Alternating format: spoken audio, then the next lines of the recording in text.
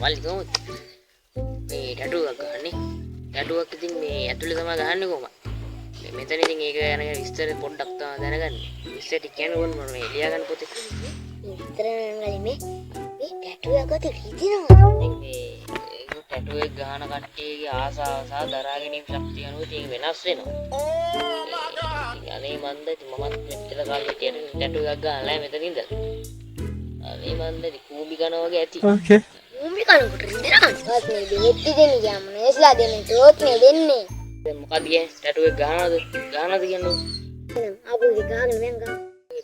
දැන් ටැටු එක ගහන අතුල් දෙන්න කිව්වේ මට විස්තර ටික දෙන්න. මම ලියා ගන්නවා. නම වැඩක් නැහැ දැන් පෙන් එක ගන්න නැහැ මට කියන්න වට ගහන ටැටූස් කියන්න. එතකොට මේ වගේ ෆෝන් නම්බරයක් දෙන්න අපිට කෝල් එකක් දෙන්න මොකක් කරලා. ට්‍රැවල් සීන් එක තියෙන්න ඕන. ට්‍රැවල් යන පොරක්. ට්‍රැවල් සීන් එක. ට්‍රැවල් සීන් එක කියන්නේ දෙයක් තිබේ. ට්‍රැවල් එක ටැටූ එක. එහෙම කරමු. මෙතනින් මේ වයිට් හවුස් එක කිව්වා. මේ පැත්තෙන් ගෑල්ලම තියෙනවා. හොඳයි නේ? නෑ නේ ගෑල්ලම හිටියා එතකොට මට ගෑල්ලම ඉන්නවා. ට්‍රැවල් ගතියක් තියෙනවා. හරි නම් මෙහෙම ගන්න පුළුවන් අපිට.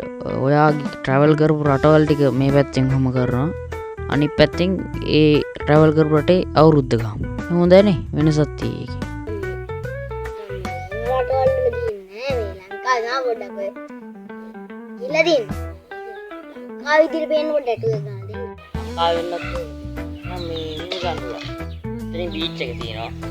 එතනින් ලයිට් හවුස් එක කුරුල්ල පියාඹනවා පොල් ගස් දෙකම නැමිලා නේද ඒක වෙලකට තියෙන්නේ නෑ නේ දැන් ලංකාවේ විශේෂ ටවර් කෙනෙක් වගේ පේන්න ඕනේ